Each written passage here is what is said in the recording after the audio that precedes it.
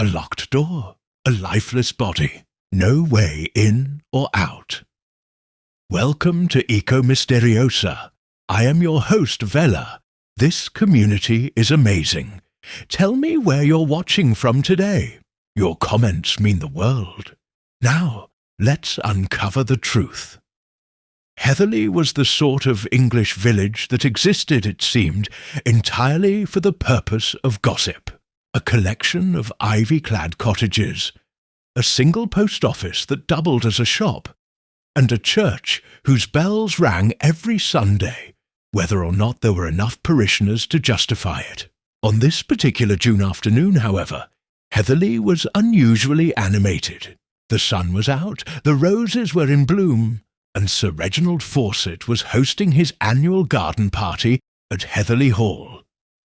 The hall itself was a fine Georgian structure, with white columns and broad lawns that swept down toward a small ornamental lake. The event was, as always, the social highlight of the season. There were scones and tea served by uniformed maids, a string quartet from Bath, playing beneath a striped marquee, and a general air of contentment that comes only from the well-fed and mildly self-satisfied Miss Jane Marple, sitting quietly beneath a rose arbour with her embroidery, looked entirely at home. Few would have guessed that she was, in her own unassuming way, taking in every whispered comment and sidelong glance. The old lady's pale blue eyes, behind her lace-rimmed spectacles, missed very little. Sir Reginald himself was in excellent form.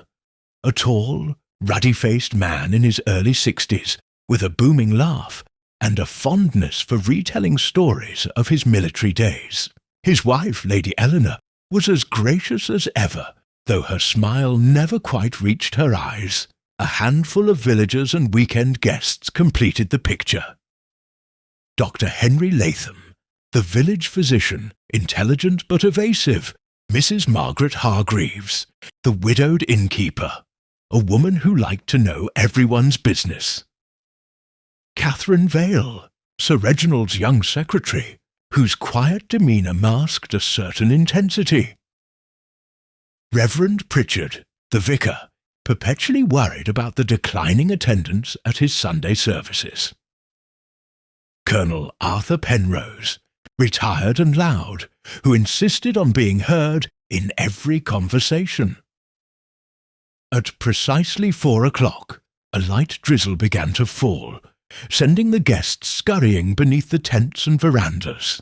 The quartet struck up a lively tune, and Sir Reginald excused himself, claiming he had just the thing to cheer the party: a rare bottle of port from his private study. He never returned. After 10 minutes, Lady Eleanor sent Catherine to fetch him. Another 10, and the music faltered as a hush spread over the lawn. When Dr. Latham emerged from the house, his face pale and drawn, everyone knew before he spoke. "Sir Reginald is dead," he said quietly. "Shot in his study." There was an audible gasp, followed by a flurry of whispers. But what stunned them all most was the impossible detail that followed. "The study door was locked from the inside," Dr. Latham continued, "and there's only one key." All eyes turned toward the house, the grand, tranquil Heatherley Hall that, moments ago, had seemed the picture of peace. Miss Marple, setting down her embroidery, sighed softly. "Oh dear," she murmured to no one in particular. Human nature does have a way of asserting itself, especially at garden parties. Would you like me to continue with Section 2? The village reacts where gossip spreads and the first suspicions arise. The drizzle had settled into a steady rain by the time the police arrived, blurring the neat lines of Heatherley Hall's gardens into a misty watercolour. The guests, now subdued and pale, had gathered uneasily in the drawing-room, their teacups abandoned, the air heavy with the scent of damp wool and fear. Lady Eleanor sat stiffly near the hearth, her hands clasped tightly in her lap. She had not cried, but her composure had taken on a brittle quality, as though a single word might shatter it. Miss Marple, seated quietly in the corner, busied herself with nothing more than folding and refolding her handkerchief. Her expression was mild, almost distracted, but her eyes flicked from face to face with the calm precision of someone cataloguing details for later use. She had been present at more than one tragedy in her lifetime, and knew that it was in the moments immediately following a death that people revealed their true natures before grief or caution had time to compose them. Colonel Penrose was the first to break the silence. "A locked room, you say?" he blustered, his moustache twitching. "Can't see how that's possible, unless the poor devil took his own life." Dr. Latham, standing by the window, shook his head. The wound was to the back of the head, no weapon in sight, and the key was still in the lock. On the inside. "That's absurd!" Mrs. Hargreaves exclaimed, clutching at her pearls. "How could anyone have got in or out then? Spirits, perhaps." Her nervous laugh died quickly under the cold stares of the others. Catherine Vale, pale but composed, spoke softly. "Sir Reginald was alive only minutes before. I brought him some correspondence at 3:45. He dismissed me and said he'd join the guests shortly. I heard the door click behind me when I left. He always locked it when handling his papers. Was anyone else seen near the study?" Inspector Graves had entered quietly, his heavy boots leaving damp prints on the polished floor. He was a solid man, practical to the bone, with little patience for village theatrics. No servants lingering about. No one carrying a firearm, I presume. Lady Eleanor straightened. "My husband kept his revolver in the desk drawer. It was not there when I looked." The inspector made a note, his pencil scratching steadily. "So the murder weapon is missing, and the key was on the inside." He looked up. "We'll need to force the lock again to examine the room thoroughly." Miss Marple's voice came gently. "Forgive me, Inspector, but it would be best to take care. Forcing a second time may disturb anything that tells us how the door was first secured. I once heard of a similar case in Little Crampton. The trick, as it turned out, was not in the lock, but in the latch." Graves gave her a brief, non-committal nod. "We'll see to that, madam." The guests were escorted to the hall, where they lingered in uneasy clusters, whispering. The rain beat steadily against the windows, muting their voices to a low hum. Mrs. Hargreaves was already speculating in a conspiratorial tone that it must have been about money. These sorts of things usually were. Colonel Penrose muttered darkly about foreign servants, though Heatherley Hall employed only local staff. Dr. Latham stood apart, staring at the floor. "I can't make sense of it," he murmured to Miss Marple as she passed near him. "No forced entry, no window open, no weapon. The man was alive not 15 minutes before.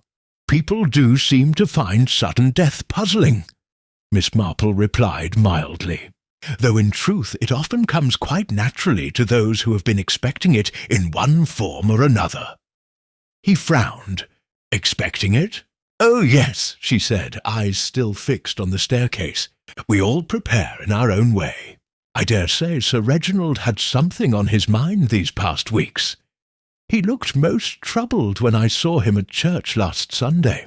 Quite preoccupied, quite preoccupied." Before Dr. Latham could respond, a constable called from the study. "Inspector, you'll want to see this." The guests were hastily ushered away, but not before Miss Marple caught a glimpse through the open doorway. The room was tidy, almost unnervingly so. A decanter of brandy sat untouched beside 2 glasses, one still half full. Papers were neatly stacked, and a single brass key lay on the carpet beneath the desk. The inspector stooped to pick it up, his brow furrowed. "Curious," he muttered. "If the key was inside the lock, how did it end up here?" Outside, the church bells began to toll the half-hour. Miss Marple folded her hands and looked toward the rain-streaked window, her voice barely a whisper. because someone wanted us to believe it had never left the lock at all." The remark went unheard in the shuffle of police boots and murmured orders. But Miss Marple's expression did not change. She had seen enough to know that Heatherly Hall's peace had been an illusion, and beneath its polished veneer lay the tangled roots of secrets long kept.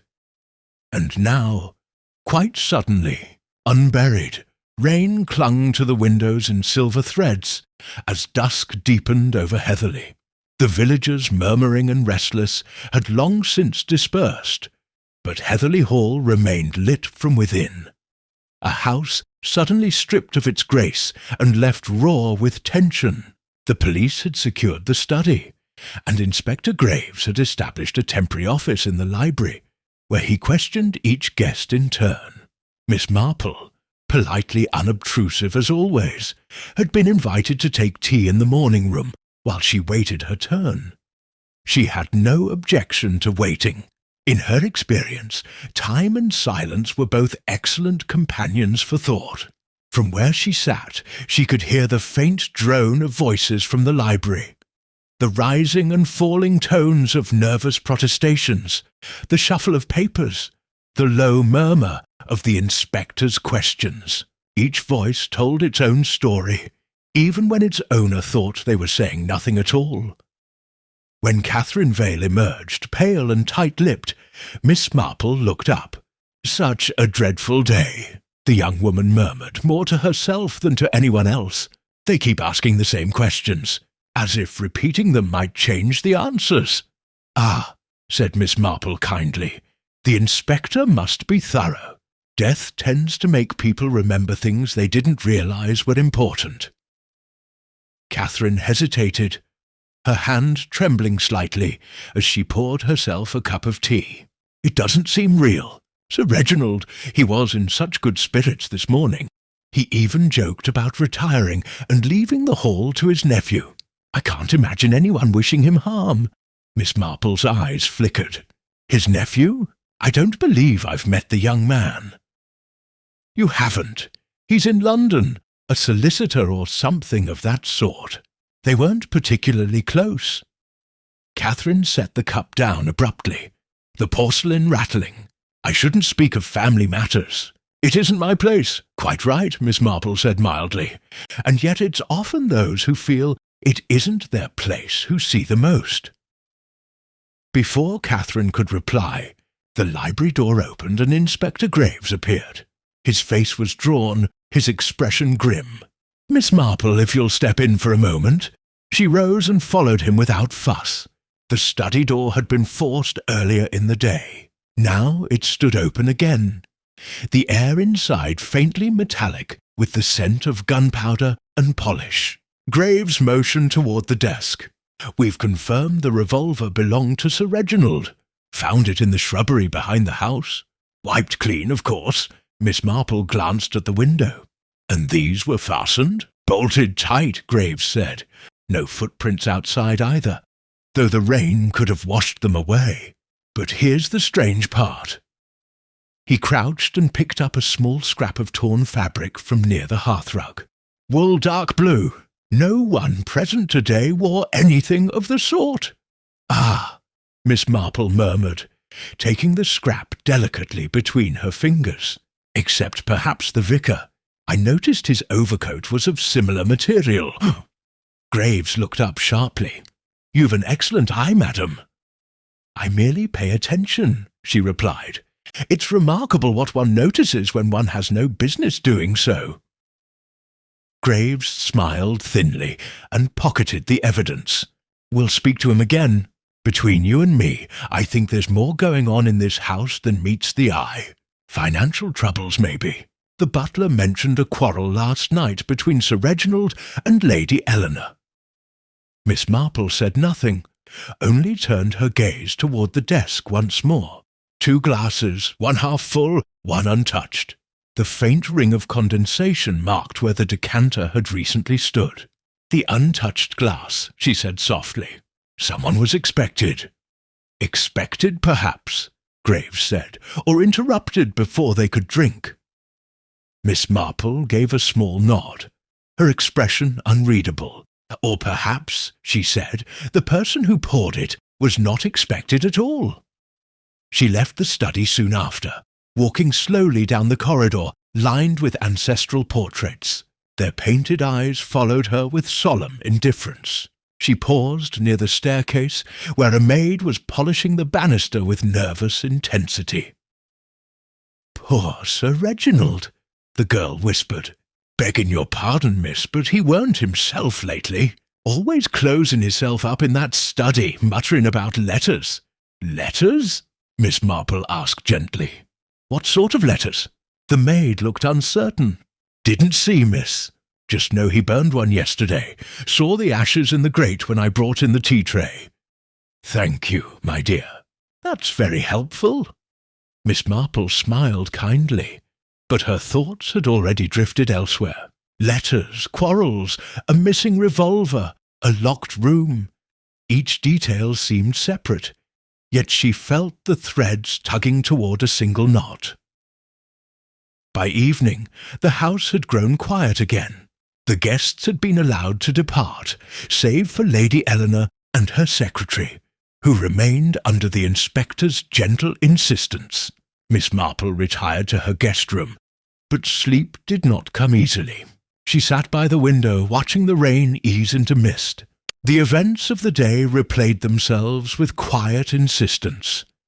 The timing, the key on the floor, the missing weapon. She remembered something then. The sound she had heard during the rainstorm. A faint metallic clink just after Sir Reginald had left to fetch his port. At the time, she had thought it a window latch. Now she wasn't so sure. A soft knock interrupted her thoughts. Catherine stood in the doorway, her eyes red-rimmed. "I couldn't sleep," she whispered. "Do you think they'll find who did it?" Miss Marple regarded her kindly. "Oh, I expect they will. Murder is rarely as clever as it pretends to be." Catherine hesitated, then stepped inside. "Lady Eleanor asked me to bring this to the inspector tomorrow." She held out an envelope, sealed but smudged with moisture. "It's a letter Sir Reginald dictated 2 days ago. She found it among his papers after he—" Her voice faltered. Miss Marple took it, her fingers brushing the faint impression of handwriting through the paper. "And she didn't read it?" "No, she said it wasn't addressed to her. It's marked for someone named Mr. Peter Vale. My brother," Catherine added quickly. "He and Sir Reginald were, well, acquaintances, I suppose." "Indeed," Miss Marple said softly. "How very interesting." Catherine excused herself soon after, leaving the room in silence once more.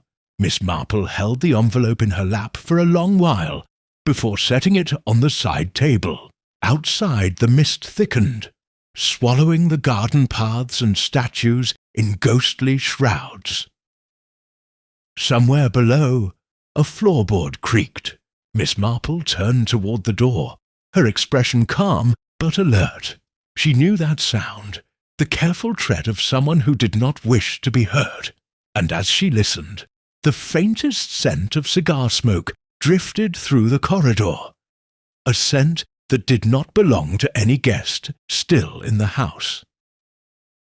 Miss Marple reached for her lamp and extinguished it. If someone was creeping through Heatherly Hall at this hour, it would be best to let them think they went unseen. For in her long experience, the most dangerous people were not those who shouted their guilt aloud, but those who believed they had hidden it perfectly. The corridor beyond Miss Marple's door was dark, the air thick with the faint aroma of old wood and rain-dampened curtains. She sat perfectly still, her head tilted slightly toward the sound of slow, measured footsteps. Whoever was moving through the house did so with great care, pausing every few moments as if listening for movement. There was a brief rustle, the quiet scrape of a drawer being opened, then shut again. Miss Marple's fingers rested lightly on the arm of her chair, and she allowed herself a small, knowing smile. People were so very revealing when they thought they were unobserved. were unobserved. The sound moved farther down the corridor towards Sir Reginald's study. Miss Marple rose with surprising agility for her age, wrapping her shawl about her shoulders. She opened her door just enough to see a sliver of light near the bend of the hall. A shape, a man's outline, paused outside the study, hesitated, and then slipped inside, closing the door behind him. She recognized the stooped silhouette even in the dim glow of a wall lamp. Reverend Pritchard. She waited until silence returned, then padded softly forward, her slippers making no sound on the rug. She did not approach the door itself. Heaven forbid she disturb a man engaged in something as delicate as burglary, but instead stationed herself beside the marble bust at the end of the corridor, from which she had a clear view of the staircase. 5 minutes later, the door opened again, and the vicar emerged, clutching a small object close to his chest. He looked over his shoulder before slipping away down the stairs. When dawn broke, pale and uncertain, Heatherley Hall was once again a hive of restrained agitation. Lady Eleanor appeared at breakfast in black silk, her eyes shadowed but her posture unbent. Catherine Vale was nowhere to be seen. The inspector had returned early, having spent the night in the village constabulary reviewing statements. Miss Marple joined them at the breakfast table, her manner as serene as if she had slept dreamlessly. "Morning, Miss Marple," said Inspector Graves, nodding stiffly. "We've confirmed Sir Reginald's watch stopped at 4:15. That gives us a very narrow window. I'll need to question everyone again today." "How very thorough," Miss Marple said approvingly, stirring her tea. "And what of the revolver?" "Standard issue Webley Army make. We found traces of oil on the grip, but no prints. The shot was fired at close range." He glanced at Lady Eleanor. "We'll need a list of everyone who had access to the study keys." "I kept one myself," she replied. "The other was always in my husband's pocket." "Then the murderer either took it from him, or knew where he left it," Graves said grimly. Miss Marple set down her spoon. "You might also consider," she said gently, "that the key we found may not have been the one that locked the door at all." Graves looked up sharply. "How do you mean?" "Merely that when people wish to create a puzzle, they often supply the pieces they wish you to find. Locks and keys can be very misleading, Inspector." He frowned but made a note. "I'll keep that in mind." The morning passed in interviews and hushed speculation. Dr. Latham was seen pacing the terrace, his brow furrowed. The servants whispered among themselves about spirits and curses, as servants always did when reason failed them. It was just before luncheon that Catherine finally appeared, her face pale, her movements quick and anxious. "I'm so sorry," she said breathlessly to Lady Eleanor. I went to the post office early. There was a telegram for you." Lady Eleanor took it with trembling fingers, her lips tightening as she read. "It's from Peter Vale," she said quietly. "He's coming down from London this afternoon." At the mention of the name, Miss Marple's eyes lifted. "Your brother, my dear? How fortunate! He may be able to clarify Sir Reginald's letter." Catherine looked startled. "You know about that?" "Only that it exists," Miss Marple said kindly, "and that it might hold some significance. Men seldom dictate letters to the siblings of their secretaries without a reason." Catherine looked as if she might say more, but at that moment Inspector Graves entered the room. "Ah, Miss Marple," he said, "I was just looking for you. We've had an interesting development. The Reverend Pritchard has reported finding a note in the study this morning. Claims it must have been overlooked yesterday." "How curious," Miss Marple murmured, rising. "It does seem an inconvenient time for discoveries." In the study, the vicar stood awkwardly near the desk, his round face glistening with perspiration. He held a folded slip of paper, which the inspector took gingerly. "Found it tucked behind the clock, you say?" Yes, Pritchard stammered. I came to pray, you know, and there it was. Graves opened the note and read aloud. You will regret crossing me. There are things better left buried. Signed only with the initials P.V. The room was silent. Catherine's hand flew to her mouth. Peter Vale, she whispered. Graves nodded grimly. It would appear Sir Reginald's letter wasn't the only correspondence between them. Miss Marple studied the vicar for a moment, noting the way his fingers twitched and how his gaze kept darting toward the mantel. A most fortunate find, Reverend, she said sweetly. It's always a blessing when the Lord guides one's hand so precisely. Tell me, were you quite alone when you discovered it? I believe so, he stammered. The door was ajar when I arrived. Indeed. Her voice was light, almost kindly, but her eyes were sharp. And you had reason to visit the study before breakfast. Pritchard swallowed. Only to offer prayers for the departed. How thoughtful, Miss Marple said. And so early too. A truly Christian act. Graves folded the note. We'll verify its authenticity. If it's genuine, this Mr. Vale may have some explaining to do when he arrives. After the inspector and vicar departed, Miss Marple lingered by the desk. She examined the spot where the clock stood, running a finger along the edge of the wood. No dust had been disturbed. How odd, she murmured to herself. When something is tucked away for safekeeping, it usually leaves a little trace. But this feels freshly placed. That afternoon the rain ceased, and Peter Vale arrived in a motor car that gleamed far too brightly for the sombre occasion. He was tall, charming, and gave every impression of a man accustomed to smooth explanations. Yet there was a flicker of unease in his eyes when he learned of the threatening note. I assure you, he said, addressing Inspector Graves, I wrote no such thing. Sir Reginald and I had a minor disagreement over some investments, nothing more. Investments? Graves repeated. We'll need the details. Peter hesitated, glancing toward Catherine, who looked stricken. It was confidential, a business venture gone wrong. Sir Reginald lost a considerable sum, but I meant to repay him. He was impatient. Did you see him recently? Not since last week, Peter said firmly. I was in London until this morning. You can verify that with my firm.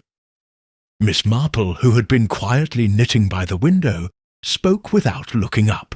I do wonder, Mr. Vale, how Sir Reginald came to dictate a letter to you 2 days ago, if you were in London. Letters, after all, tend to have recipients. Peter's composure faltered. A letter? Lady Eleanor found it, Miss Marple said gently. Unsent, I believe. Perhaps he meant to forgive the debt after all. The colour drained from his face. He didn't send it? No, Miss Marple said softly. It remained here, unopened and unread. A pity, really. Words unsent can be far more dangerous than words delivered. The inspector's eyes narrowed. You seem very certain of his intentions, Mr. Vale. Perhaps you'd better stay in Heatherley until this matter's cleared. Peter nodded stiffly, then excused himself, muttering about fatigue. When the door closed behind him, Graves turned to Miss Marple. You don't believe his story? Oh, I do believe parts of it, she said. But I also believe that someone wishes us to think Peter Vale is the villain.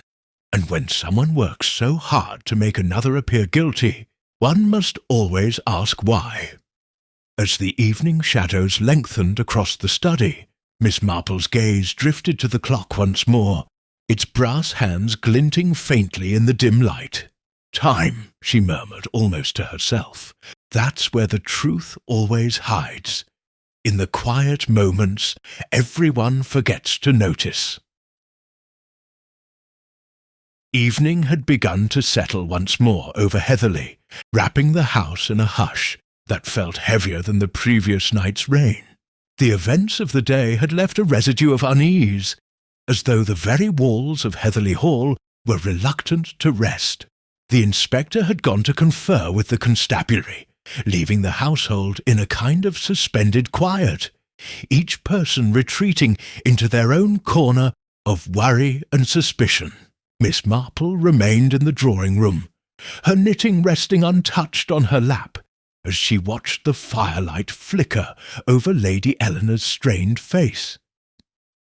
The widow sat by the hearth, staring into the flames with a stillness that seemed brittle.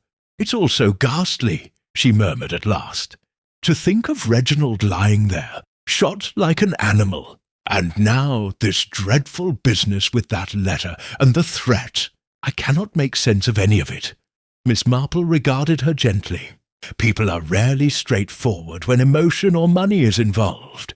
Both seem to have played their part here. Lady Eleanor looked up sharply. "You think Peter Vale killed him because of money?"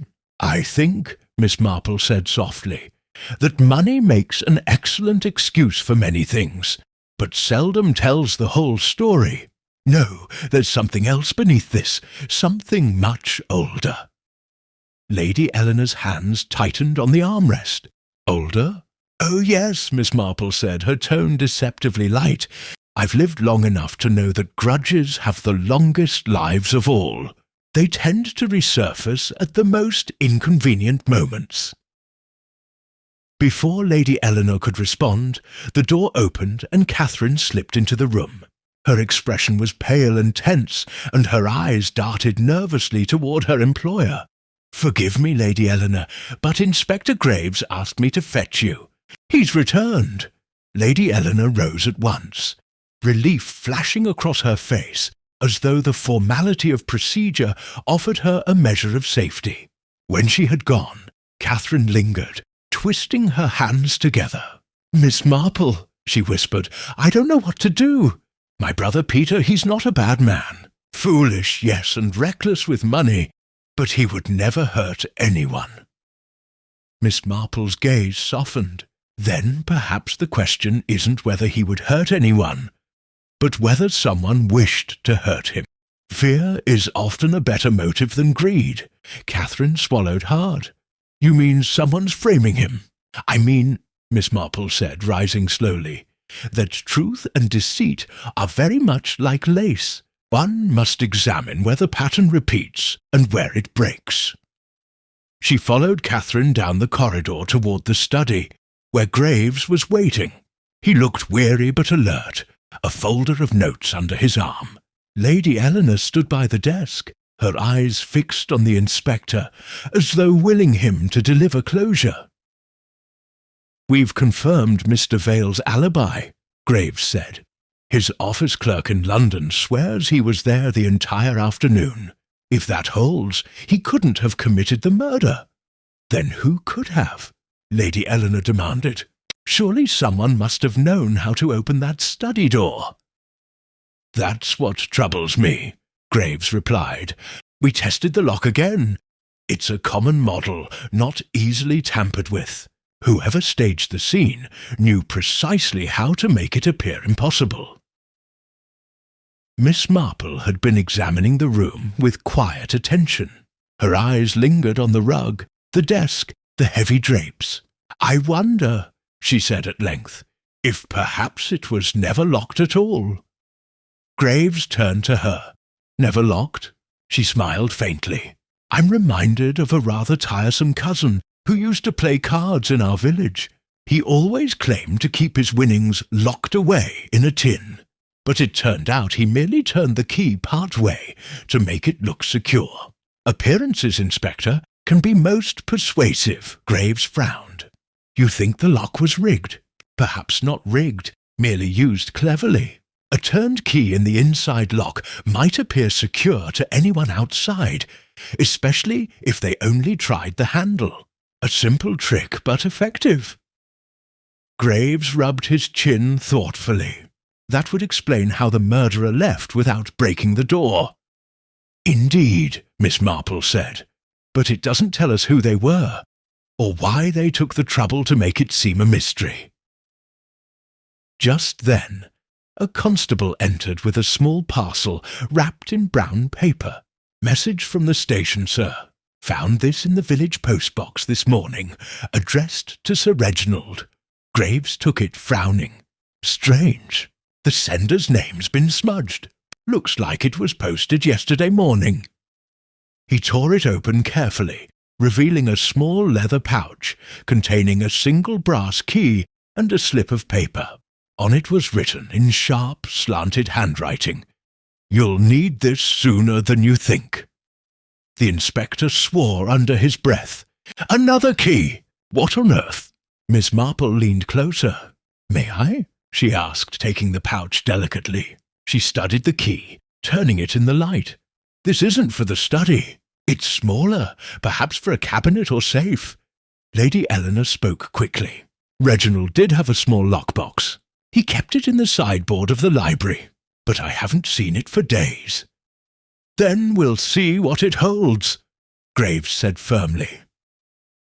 They went to the library, where the tall windows glowed faintly with the last light of sunset.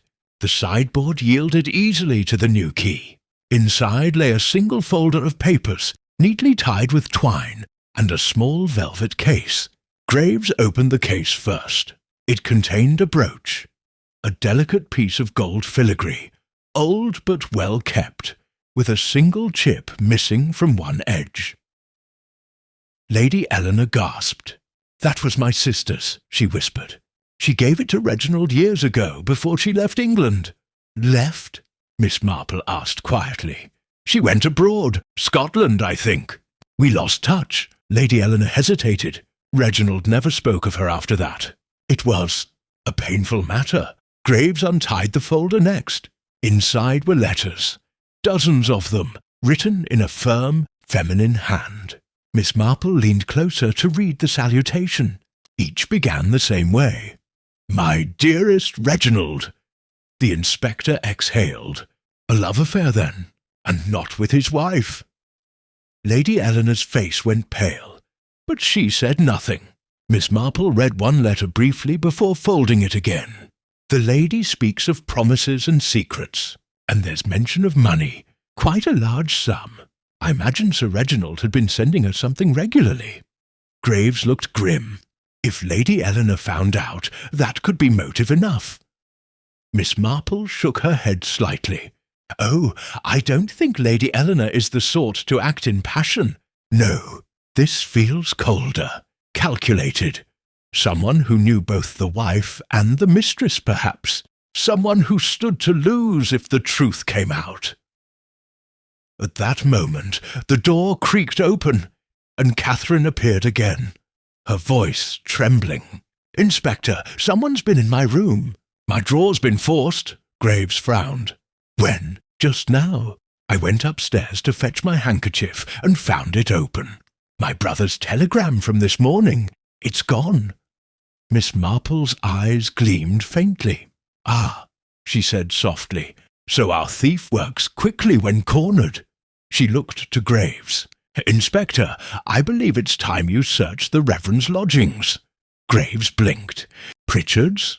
What makes you say that?"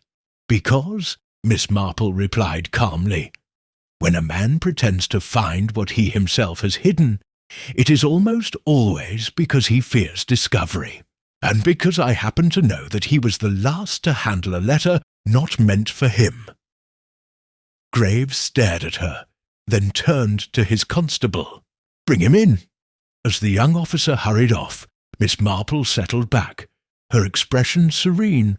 "It is remarkable," she said, "how even the most virtuous of men can deceive themselves about their own righteousness. The Reverend was not praying in the study that morning. He was searching for something, and I dare say we shall soon learn what it was he hoped to find."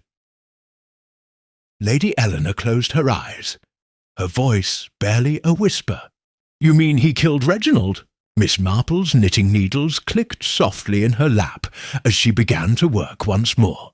"I never said that, my dear," she said kindly. "But I do think that whatever he took from that room may lead us straight to the truth. And as I've often found, the truth, like a good piece of lace, reveals itself most beautifully when held up to the light." The Reverend Pritchard was brought to Heatherley Hall just after nightfall. The rain had returned, drumming softly against the windows as the inspector led the nervous vicar into the drawing-room. His umbrella dripped on the carpet, and his face, usually ruddy with self-importance, was pale and drawn. Miss Marple sat by the fire, her knitting in her lap, her expression composed and unreadable. Lady Eleanor stood near the mantel, her posture tense, while Catherine lingered by the doorway, her eyes darting anxiously from one face to another. "Now, Reverend," Inspector Graves began, taking a chair opposite him, "I'd like to know why your drawer at the vicarage contained this." He opened a small evidence bag and withdrew a crumpled telegram. The same one Catherine had reported missing. Pritchard's lips parted, but no sound emerged. His hands fluttered helplessly in his lap before clasping tightly together. That is to say, it must have been put there by mistake. "Indeed?" Graves asked, his tone flat. "You expect me to believe that a missing telegram addressed to Miss Vale somehow walked itself into your writing desk?" "I was only keeping it safe," the vicar stammered. "I found it on the hall table when I came by earlier. I thought it might be important, so I—" Miss Marple looked up mildly. "You came by earlier? That would have been after dinner, I think. How thoughtful of you to collect the telegram at such an hour." Pritchard swallowed hard. "Yes, I wanted to see Lady Eleanor, to offer comfort." "How very kind," Miss Marple said softly, "though I wonder if comfort was quite what you intended to deliver." Graves leaned forward. "You'd best tell the truth, Reverend. We've already searched your study. We found torn scraps of a letter in your fireplace. One of them bears Sir Reginald's signature." Pritchard's eyes widened in panic. "I didn't kill him," he cried, his voice breaking. "You must believe me. I was only trying to protect the parish." "From what precisely?" Graves demanded. The vicar's hands trembled as he reached into his coat pocket and drew out a folded piece of paper. "From this," he whispered, "it came to me last week, an anonymous note, warning me that Sir Reginald intended to expose a scandal, something that would ruin the church. I thought it was nonsense at first, but then he summoned me to speak privately. He said he had proof, letters, documents, and he meant to show them to the bishop.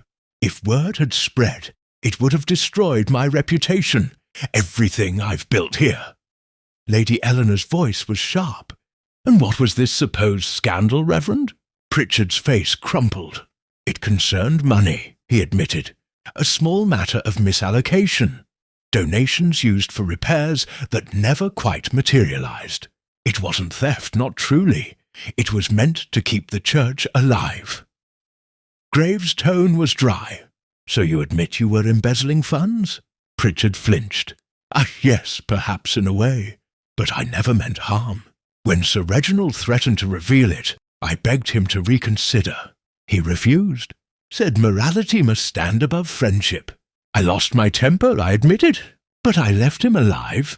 I swear I did." Miss Marple's knitting needles clicked once, then stilled. "When exactly did you leave him?" she asked quietly. "A few minutes before 4. He dismissed me curtly.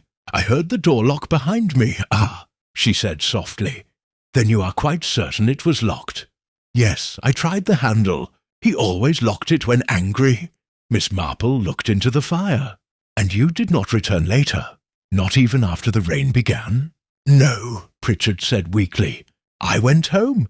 I prayed." Graves's eyes narrowed. "You prayed and burned a letter bearing the man's name. A convenient kind of devotion." The vicar's composure broke. "I panicked. When I heard he'd been murdered, I thought, if anyone found that letter, they'd think I had reason to kill him. So I destroyed it. I thought it was safer that way." Miss Marple rose slowly, crossing the room with her characteristic gentleness. "You see, Inspector, this is what I've always found fascinating about guilt. It rarely confines itself to the truly guilty. It spreads like ivy, clinging to those who least deserve it. The Reverend is a fool, but not a murderer." Graves looked sceptical. "You're certain?" "Quite." She turned toward the vicar. "You said you heard the door lock behind you, but Sir Reginald was shot from behind with no weapon found in the room. That tells us his killer was someone he allowed to enter, or someone already there. The good Reverend was neither." Graves rubbed his temples. "Then we're back to where we started. The key, the letters, the missing revolver, it all points nowhere." "Not nowhere," Miss Marple said thoughtfully. "Only somewhere we've been looking at too directly to see properly." Catherine, who had been standing silently by the door, spoke hesitantly. "There's something I haven't told you. Yesterday morning Sir Reginald sent me to fetch his correspondence from the post office. When I returned he seemed upset, angry even. He tore open one of the letters and muttered something about betrayal. Then he burned it." "Do you recall who it was from?" Miss Marple asked. She hesitated. "No, but I did notice the handwriting. It looked delicate, feminine." Miss Marple's gaze sharpened. "Not your own, I hope?" Catherine blinked, startled. "No, I swear it wasn't," the inspector sighed. "We'll need to examine all remaining letters. Perhaps the mistress, the sister Lady Eleanor mentioned, had more to do with this than we realized." At that, Lady Eleanor spoke, her voice barely above a whisper. "My sister Agatha, she isn't in Scotland. She's in the south of France. Reginald supported her for years, though he swore it was out of duty, not affection. But lately, he said she was threatening to come back." "Ah," Miss Marple murmured. "Families are curious things. So much affection mixed with resentment. Did he tell you why she wanted to return?" Lady Eleanor shook her head. "Only that she claimed to have something he feared." Graves straightened. If she was blackmailing him, she might have had an accomplice here, someone to watch, perhaps to deliver letters. Miss Marple's eyes drifted toward Catherine again, then back to the inspector, or someone who didn't realize what they were delivering. The young woman flushed. "Would you think I helped her? I'd never." "Calm yourself, my dear," Miss Marple said gently. "I said nothing of guilt, but I do wonder, when you fetched that post, were there 2 envelopes, or only 1? Catherine frowned, thinking. "2, I'm sure of it. One addressed to Sir Reginald, and one to Lady Eleanor. But when I returned, only Sir Reginald took his. Lady Eleanor's letter disappeared." A silence settled. Lady Eleanor's eyes widened slowly. "That's impossible. I never received any letter. Someone intercepted it," Miss Marple said softly, perhaps fearing what it contained. Graves's jaw tightened. "We'll have every servant searched. Someone's hiding something in this house." But Miss Marple shook her head. "No need for a search, Inspector. I dare say the letter will reveal itself soon enough, though perhaps not in the hands of the person who took it." She returned to her chair, her gaze lingering on the dying embers in the hearth. "You see, murder is very much like deceit. It never ends neatly. There is always a loose thread left untied, waiting to be tugged, and when it is, everything else begins to unravel." Outside the wind rose, carrying with it the faint scent of wet earth and roses. Within the walls of Heatherly Hall, the occupants drifted to uneasy sleep, each haunted by their own thoughts. Only Miss Marple remained awake, her eyes calm and clear as she listened to the ticking of the clock. Somewhere in that rhythmic pulse lay the answer, not in the locked door, nor in the missing revolver, but in the silence between, where truth had hidden itself, waiting patiently to be noticed. The next morning dawned pale and heavy, as though the sky itself had not slept. Mist curled low over the lawns of Heatherly Hall, blurring the edges of the hedgerows and statues until they seemed half-dreamed, half-real. Inside, the household stirred in muted disquiet. Servants moved softly, carrying trays and whispering, as though afraid to wake something slumbering but dangerous. Miss Marple descended the staircase with her usual calm precision, her shawl drawn neatly around her shoulders, her expression one of mild contemplation rather than anxiety. In the breakfast room, Inspector Graves sat nursing a cup of strong tea, his eyes shadowed from lack of sleep. Papers and notes lay scattered before him, and the smell of tobacco lingered faintly in the air. Lady Eleanor was there too, pale and elegantly composed in black, her every movement betraying the strain of the past days. "Good morning, Inspector," Miss Marple greeted gently. "I see you've been at your work since early dawn." "A most diligent effort," Graves managed a grim smile. "I've been sorting through every letter we found in Sir Reginald's study. Nothing of substance until this."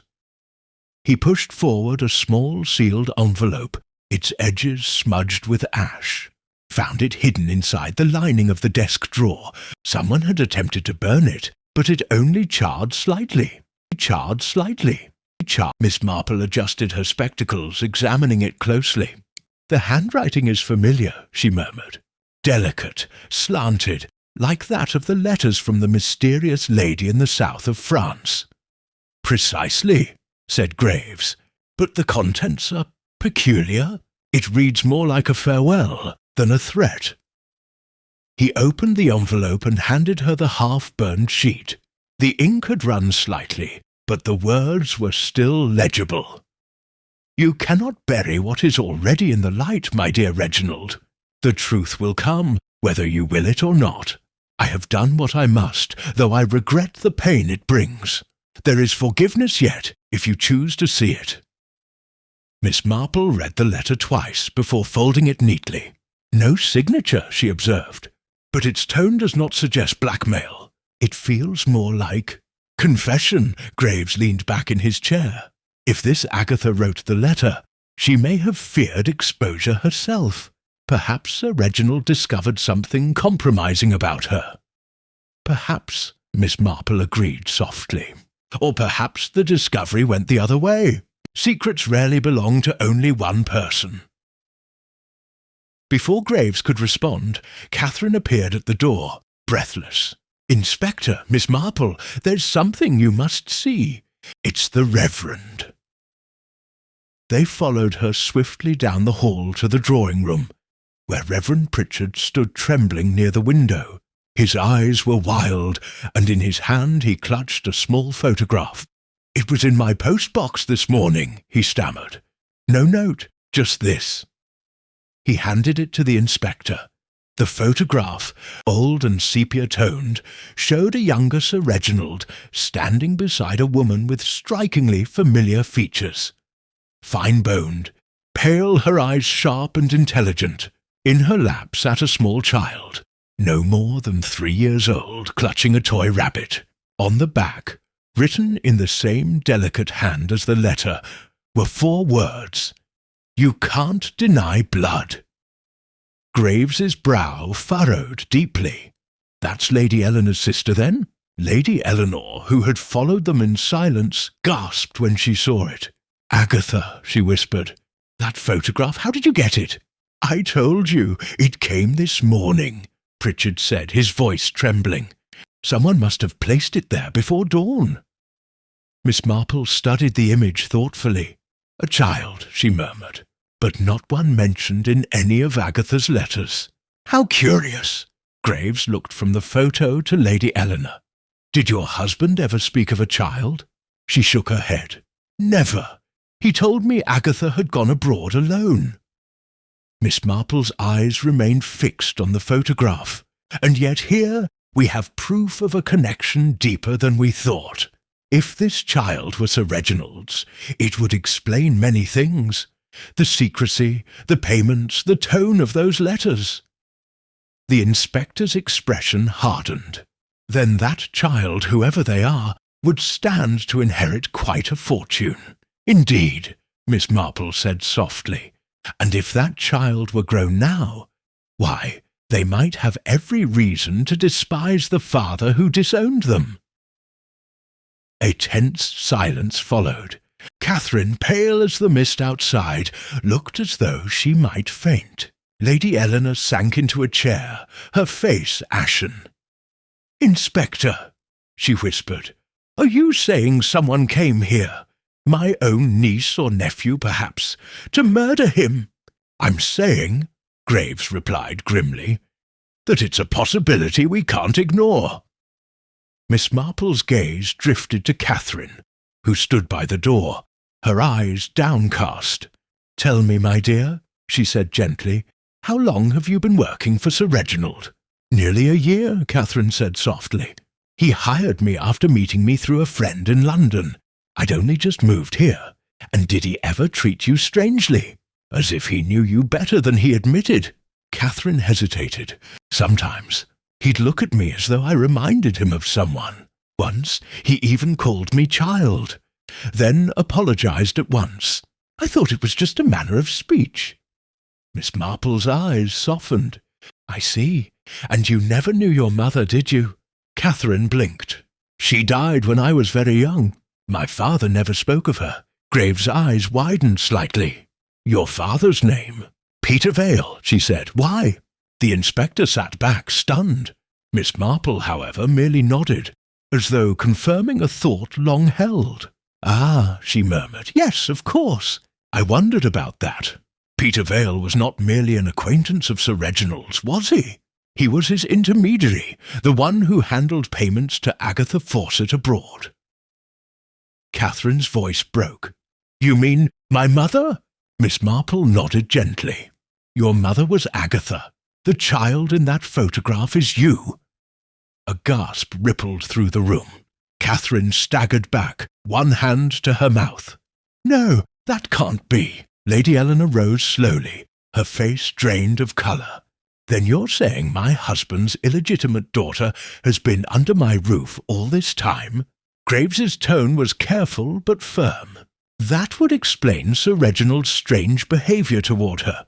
Perhaps he feared the past catching up. Perhaps they argued." Catherine's eyes filled with tears. "I didn't kill him.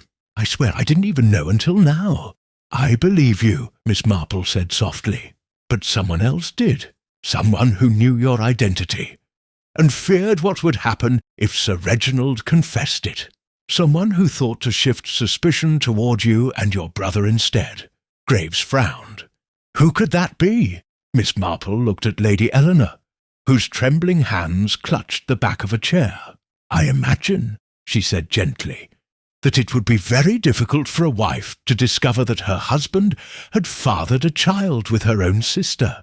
But more difficult still would be realizing that his conscience might compel him to make amends. Amends that could ruin the life she'd built beside him." Lady Eleanor's voice was a whisper. "You think I think you knew, my dear," Miss Marple said kindly.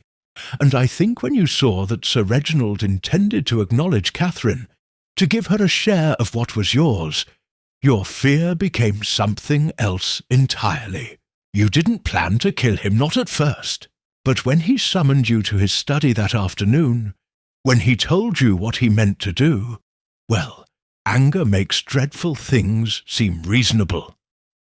"No," Lady Eleanor said faintly, shaking her head. "You can't." Graves stepped forward. "Then how do you explain the revolver? It was found in the shrubbery behind your window." Lady Eleanor's composure broke. "I only meant to frighten him. He said he would bring shame on us all, that he would write to the bishop, to the papers." She sank into the chair, her voice a desperate whisper. "He turned away, and oh God, I didn't mean it to happen." Silence fell. The inspector motioned to his constable, who stood frozen in the doorway. "Take Lady Eleanor into custody," he said quietly. "We'll need her full statement." As she was led away, Miss Marple sat once more by the fire, her face serene, though her eyes held the faintest sorrow. Catherine stood trembling nearby, tears streaking her cheeks. "Will they hang her?" she whispered. Miss Marple shook her head. "I shouldn't think so. The law is often more merciful than conscience." She'll suffer most from what she's done to herself. Outside, the mist began to lift, revealing the gardens below, still wet, but silvered with morning light. Miss Marple watched it thoughtfully. "Evil," she said softly, "is never born out of darkness, my dear. It grows quietly in the daylight, among very ordinary people who convince themselves they are doing what is necessary. That is the saddest thing of all." The confession had settled over the room like a heavy fog, clinging to every corner and surface. No one spoke for some time after Lady Eleanor was taken away. The only sound was the crackle of the fire and the faint patter of rain returning against the window panes. Catherine sat near the hearth, her face pale, her eyes wide and empty, while Inspector Graves stood by the mantel, staring into the flames with a furrowed brow. Miss Marple, as ever, sat quietly, her hands folded in her lap, the faintest crease of thought between her brows. But it might have seemed to an observer that the matter was concluded. There was a confession, a motive, and evidence enough to convince any reasonable man. Yet Miss Marple did not look convinced. Her gaze lingered not on the fire, nor on Catherine, but on the window, where the rain traced delicate patterns down the glass, like a hand drawing uncertain lines. "Inspector," she said at last, her voice gentle, "you have had a most trying few days. But tell me, do you feel entirely satisfied?" Graves turned, surprised. "Satisfied? We've a confession, Miss Marple. Lady Eleanor admitted to shooting her husband.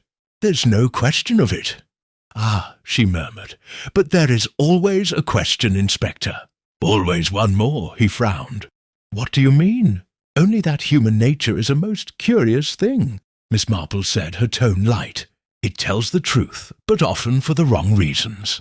People confess not only to what they have done, but sometimes to what they believe they've done, or what they wish to be punished for." Catherine looked up sharply.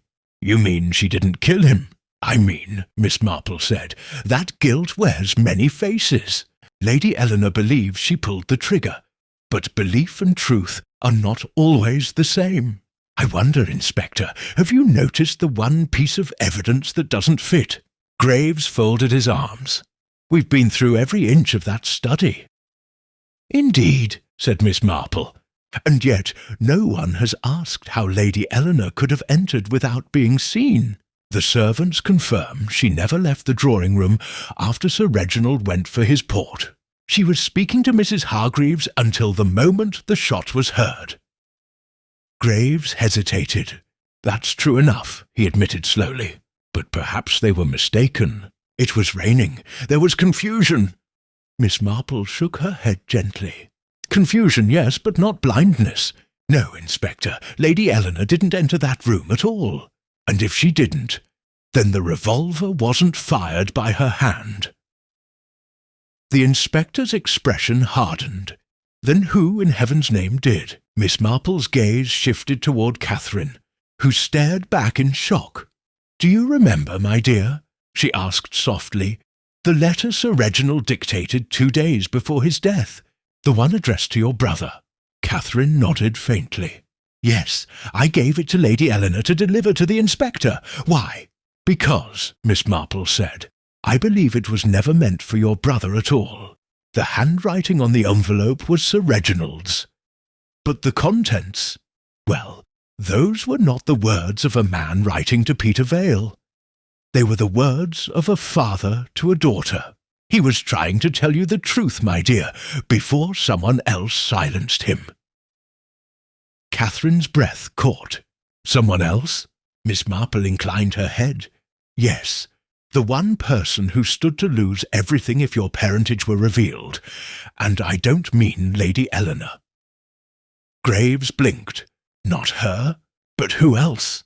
"The man who knew both sides of the story," Miss Marple said softly. "The man who carried the letters between Agatha and Sir Reginald. The man who had access to the house, who could move about unchallenged, and who had been stealing from the church to cover his debts." Graves's eyes widened. The Reverend Pritchard. Precisely, Miss Marple said. He knew Agatha long before she left the country. He was the intermediary in their correspondence. He even officiated her child's christening, though under another name.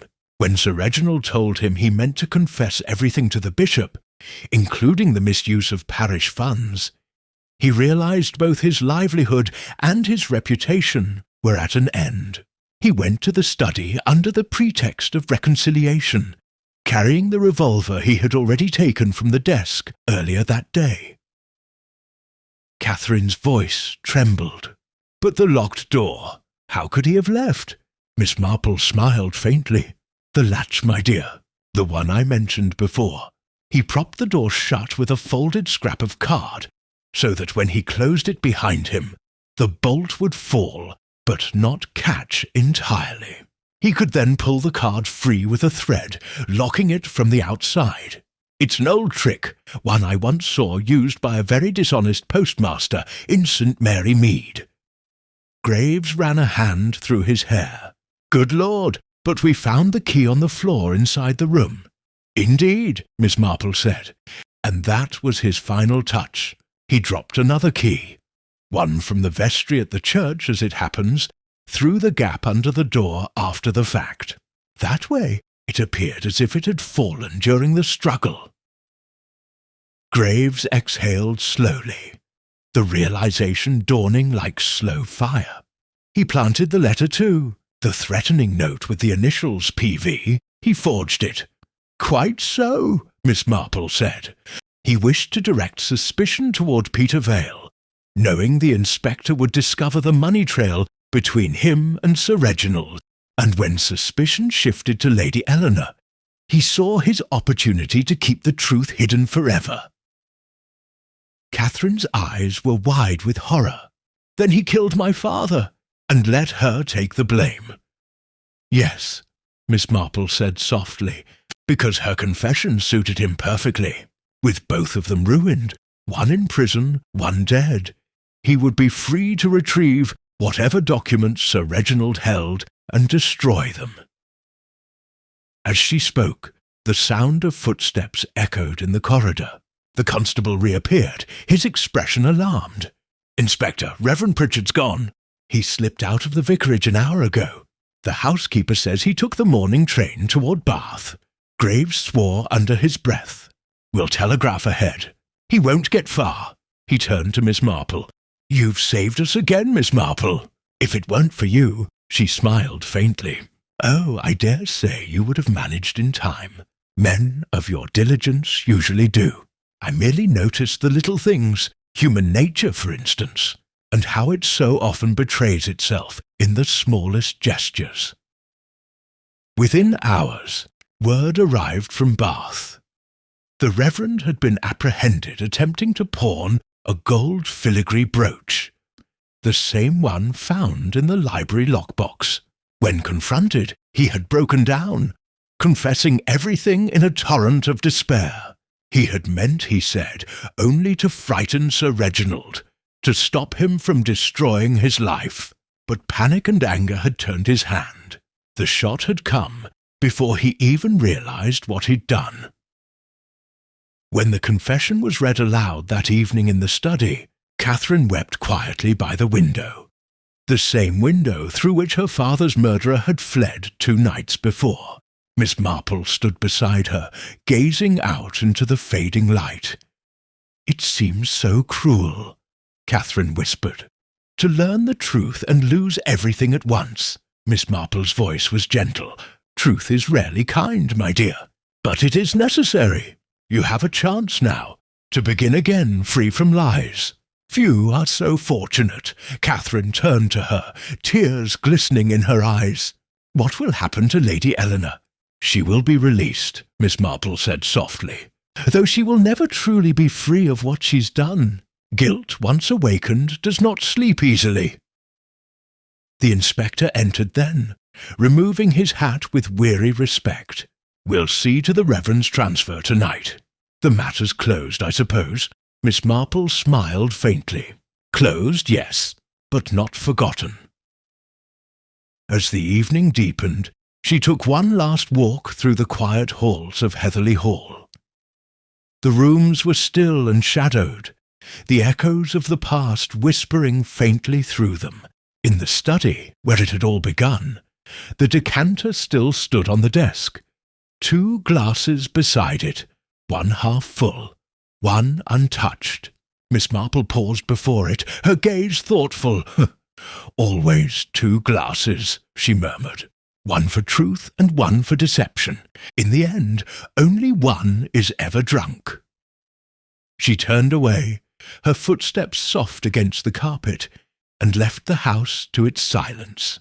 Outside, the mist had lifted completely, and the garden stretched clear and green beneath the moonlight. Heatherly slept again, peaceful, but forever changed, forever changed. For the following morning arrived clear and cold, the sort of morning that seemed to scrub away the night's darkness, but not the memories it carried. The lawns of Heatherly Hall were heavy with dew, each blade of grass glistening in the pale light, while inside the house felt strangely hollow. The servants spoke in whispers, as if afraid to disturb the fragile calm that had followed the storm. Miss Marple, however, was already awake and walking through the garden, her gloved hands folded neatly before her. She had always believed that clarity of thought came best with fresh air and a quiet heart, though this morning her mind was far from still. The Reverend's confession, now written and signed, had satisfied the authorities, and Inspector Graves had spent most of the night finalizing the report. Yet Miss Marple had noticed the way he avoided her eyes when they parted. Like her, he knew something still felt incomplete. Crimes she had found were very much like mended garments. One might sew the seam, but the tear beneath often remained. She paused by the pond where lilies floated, still untouched by autumn's chill. A soft step behind her made her turn slightly. Catherine stood there, her face pale but calmer than the day before. "I couldn't sleep," she said quietly. "Every time I close my eyes, I see him. Not the Reverend, my father. I keep wondering what he was thinking before it happened. Whether he forgave her, forgave any of us." Miss Marple smiled faintly, though her eyes were kind. "I think he must have, my dear. Sir Reginald was a proud man, yes, but not a cruel one. His greatest fault was perhaps that he thought time would always give him a chance to make amends. It rarely does." Catherine lowered her gaze. "I'll have to leave Heatherly, won't I? I can't stay here now." "Perhaps not," Miss Marple said softly. "But you may yet find peace if you face what remains rather than flee from it. There are still letters, truths that must be returned to their proper places." Catherine nodded, brushing away a tear. "I suppose that's true." They turned back toward the house together. Inside, Inspector Graves was waiting in the hall, his coat folded over his arm. He looked weary but alert. "Miss Marple, I hoped I'd catch you before you left. I'm heading to Bath to escort the Reverend to London this afternoon." His statement was thorough, though I can't say I find much satisfaction in it. "Nor should you," Miss Marple replied gently. "Justice, when achieved, seldom brings comfort." Graves nodded grimly. "Still, it's the best we can offer. Lady Eleanor will be released later today. She's asked to see you before she goes." Miss Marple inclined her head. "Of course. It's a difficult thing to wake and find one's life changed entirely, even if it was never quite what one believed it to be."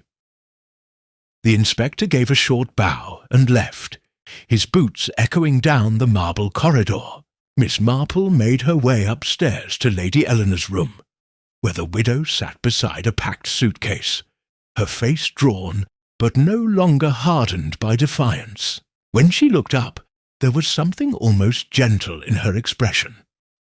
"You came," she said softly. "I wasn't sure you would." "I promised I would," Miss Marple replied, taking the seat opposite her. "You've had a dreadful time, my dear. I thought you might like a quiet word before all the noise begins again." Lady Eleanor's hands trembled slightly. They told me the Reverend confessed. I can hardly believe it. He seemed so kind, so devoted, and to think I almost took the blame, almost believed it myself. Miss Marple nodded. It isn't uncommon, you know. When one has lived in the shadow of guilt, even innocence begins to feel like deceit. But the truth is often simpler than it appears. The Reverend's desperation grew from fear, fear of discovery, fear of disgrace. You too were caught by fear, though of a different sort. Yours was the fear of losing what you thought love required. Lady Eleanor stared into the distance. And now I've lost everything anyway. Not everything, Miss Marple said gently. You still have time to choose what you'll do with the rest of your life. That's more than many are given. The widow gave a small, brittle smile. You speak as though forgiveness is simple. It isn't, Miss Marple replied. But it is necessary. For a long moment neither spoke. Then Lady Eleanor reached into her case and drew out a small sealed envelope. This came for me this morning, she said. I don't recognize the handwriting, but I think you should see it. Miss Marple accepted it carefully. The script was unfamiliar, thin, deliberate, almost trembling, and inside was a single sheet of paper. I am sorry, it read, for the lies, for the silence, for what might have been undone. Tell Catherine the truth of her birth lies not only with her father, but with me. A.F. Miss Marple's lips pressed together. Agatha, she murmured. Alive after all. Lady Eleanor looked startled. Alive? But we were told she died years ago. Rumours, Miss Marple said quietly. Ones she may have encouraged. It seems she has been living quietly under another name. Perhaps in the south of France still. But now that the truth is known, she's chosen to speak. People do that, I find, when they sense their secrets are no longer safe in the dark. Lady Eleanor shuddered. Then there will be another scandal. There needn't be, Miss Marple said, rising, if you handle it with grace. Catherine will need you more than she realizes. Whatever wrongs were done, she is innocent of them. Don't let her bear the burden alone. Lady Eleanor's eyes filled, but she nodded faintly. Perhaps I owe her that much. Miss Marple left her then, and walked slowly down to the study once more. The morning light had crept in fully now, washing the room in a soft glow that made it seem almost peaceful again. Yet the ghost of that terrible day lingered, as such things always do. She moved to the desk, touching its polished surface, and saw the faint ring left by the decanter, the same one that had held the untouched brandy. A symbol, she thought, of everything Sir Reginald had left unfinished. She heard a soft step behind her, and turned to find Catherine standing in the doorway. I didn't mean to intrude, the girl said quietly. Lady Eleanor told me about the letter. Miss Marple smiled gently. Yes, it seems your mother wishes you to know she is still among the living. I imagine that knowledge brings both comfort and confusion. I don't know how to feel, Catherine admitted. Part of me wants to find her. Another part, she hesitated, her voice trembling. Another part wants to forget all of it. Miss Marple nodded. That's natural. But forgetting rarely brings peace, my dear. Only understanding can do that. Perhaps when the time is right, you'll seek her out. Until then, remember that you are not defined by their mistakes. Your life is your own. Catherine's eyes glistened. You sound as though you've seen this before. I have, Miss Marple said softly. Many times. Families are much alike, you know, no matter their wealth or standing. Secrets are the same everywhere. They begin as little omissions, small kindnesses perhaps, but they grow and twist until they become something dreadful. It's always the concealment, never the truth, that poisons the soul. Catherine looked down, then stepped forward and impulsively took Miss Marple's hand. Thank you, she whispered, for everything. For everything. The older woman patted her hand lightly. Think nothing of it, my dear. I merely observe what others overlook. It is the small details that speak the loudest. Outside, a carriage drew up, the sound of hooves echoing faintly across the gravel drive.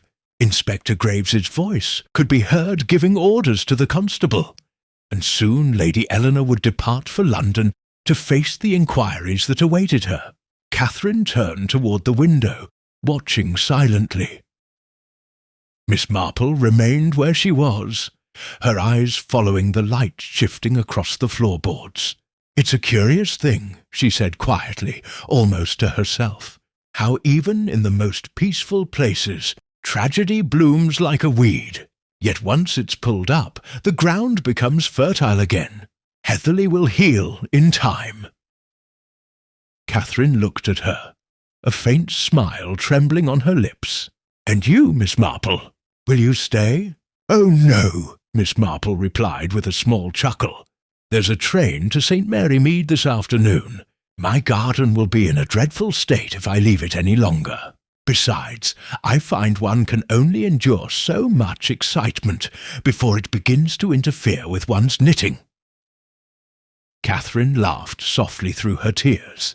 "I hope I can visit some day." "You'd be most welcome," Miss Marple said warmly, "though I do hope your visit won't involve another murder. They have an unfortunate tendency to follow me about." The two women shared a quiet smile, the kind born not of happiness, but of weary understanding.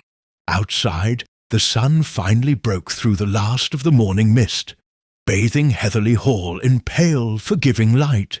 The past could not be undone, but it could perhaps be set gently aside.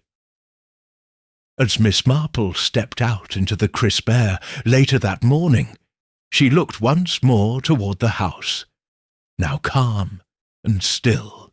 Then she turned toward the gate, her mind already moving on, not to new adventures, but to the quiet rhythms of home and the endless, intricate puzzles of human nature that awaited her there. The train from Heatherley to London left just after noon, its whistle echoing faintly across the hills. Miss Marple sat by the window, her hands folded over her handbag, watching the countryside slip past in shades of green and gold. The world beyond the glass seemed peaceful again. Villages dozed beneath their thatched roofs. Fields shimmered beneath the sun, and sheep dotted the hillsides like forgotten clouds. It was, she thought, a world that so often disguised its quiet tragedies behind such calm appearances. She had seen the Reverend taken away, his head bowed in shame. She had watched Lady Eleanor depart with silent dignity, her carriage rolling slowly through the gate, and she had bid farewell to Catherine Vale, no longer merely a secretary or an orphaned girl, but a young woman beginning the long, uncertain task of rediscovering herself. Each had gone their separate way, as lives inevitably do after the storm. Yet the memory of Heatherley lingered, a reminder that even the loveliest places hold their shadows. The rhythmic clatter of the train lulled her thoughts into order, and she reviewed the sequence once more, as she always did after a case was closed. Not for vanity, Miss Marple was far too sensible for that, but for understanding. It was never enough merely to know who had killed. One had to understand why. Sir Reginald's death, in the end, had not sprung from cruelty or passion, but from fear. Fear of exposure, fear of disgrace, fear of truth. Reverend Pritchard's hand had pulled the trigger, but his conscience had done most of the killing long before, and Lady Eleanor, poor woman, had nearly damned herself out of guilt for not loving her husband as she once pretended.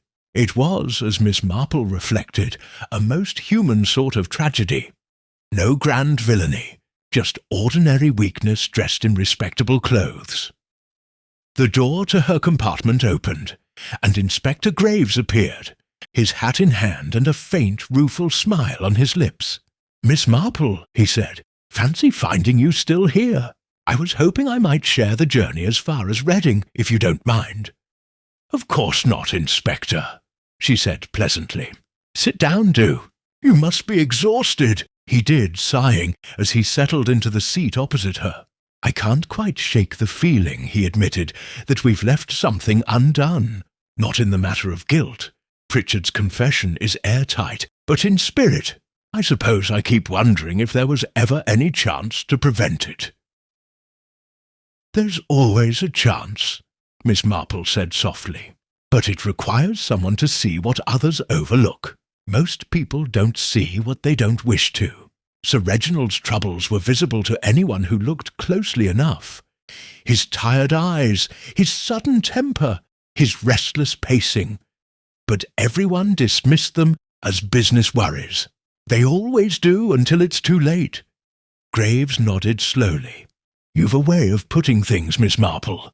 Makes a man feel both wiser and more foolish at the same time." She chuckled lightly. "That's life, Inspector. It seldom flatters our intelligence. But tell me, what will become of the Reverend now?" "He'll stand trial, of course," Graves said. "He's confessed fully. They'll take into account his age, his remorse. He may not hang. Lady Eleanor's already been released. She's gone to stay with distant relatives in Devon. As for the girl, Catherine, I believe she'll be quite all right. She's gone to London to meet her mother. That letter you found gave the address. It seems Miss Agatha Fawcett had been ill, but she recovered enough to write again." Miss Marple nodded, her eyes softening. "I hope they find peace together. Secrets once aired can wound, but they also heal, given time." Graves leaned back, watching her with quiet admiration. "You've seen a great deal of life, Miss Marple. Doesn't it ever weary you? Death, deceit, disappointment, one after another." She smiled faintly, her gaze drifting to the passing fields. "No, not weary. Saddened, perhaps, but never weary. You see, Inspector, I've spent my life among gardens and neighbours and little daily dramas. People are much the same everywhere, whether in a village or a grand hall. They lie, they love, they envy, they forgive. It's quite comforting, really, to know that human nature is so consistent. One need only look closely." The train slowed as it approached a small station, the brakes hissing softly. Outside, the platform bustled with travellers, families returning from holiday, businessmen with briefcases, soldiers on leave. Miss Marple watched them with quiet curiosity, her mind still half in Heatherly. For a moment, she imagined Sir Reginald among them, tall, proud, his laughter echoing across the garden, and then she imagined him gone, as all people must go, leaving behind their secrets like footprints in the dew. "Strange thing," Graves said, breaking the silence. "The villagers are already saying Heatherly Hall's cursed. 2 deaths in 20 years, a broken marriage, and now this scandal. They'll talk for years." Miss Marple gave a knowing smile. "Oh, they always do. But curses, Inspector, are merely gossip with a long memory. In time, new stories will grow, and the old ones will fade. Someone will plant new roses in the garden, repaint the study, and life will carry on." He nodded thoughtfully. "And you? Will you ever write any of this down? You'd make a fine detective novelist, you know." Miss Marple laughed softly. "Oh no, that sort of thing is best left to others. I prefer my mysteries small and domestic. Missing teapots, unexplained puddles of mud, that sort of thing. You learn far more about people from those than from murder." The train began to move again, the countryside flowing past like a slow river of colour. Graves glanced out the window, then back at her. "You're going home, then?" "Yes," she said, "to St. Mary Mead. There's a church fete next week, and I promised to judge the sponge cakes. I do hope Mrs. Price Ridley has improved hers this year. Last time it was quite rubbery." Graves laughed, shaking his head. "After a week like this, I suppose sponge cakes sound rather refreshing." "They are." Miss Marple said serenely. "Murder is a dreadful thing, Inspector, but life continues in the small things. It's the ordinary kindnesses that keep the world steady." The train rolled on toward the horizon, the light shifting softly through the carriage. Graves soon dozed off, his hat slipping down over his eyes, while Miss Marple sat quietly, gazing out at the fading countryside. Her thoughts wandered, not to death or guilt, but to the simplicity of her garden waiting back home, the roses that would need pruning, the tea she would have with her neighbour, the gentle rhythm of the village that always soothed her heart after such darkness. As the sun began to dip, the last rays painted the clouds gold. Miss Marple smiled to herself, the faintest, most secret smile of all, one born from the quiet satisfaction of understanding, from the knowledge that justice, though imperfect, had been done.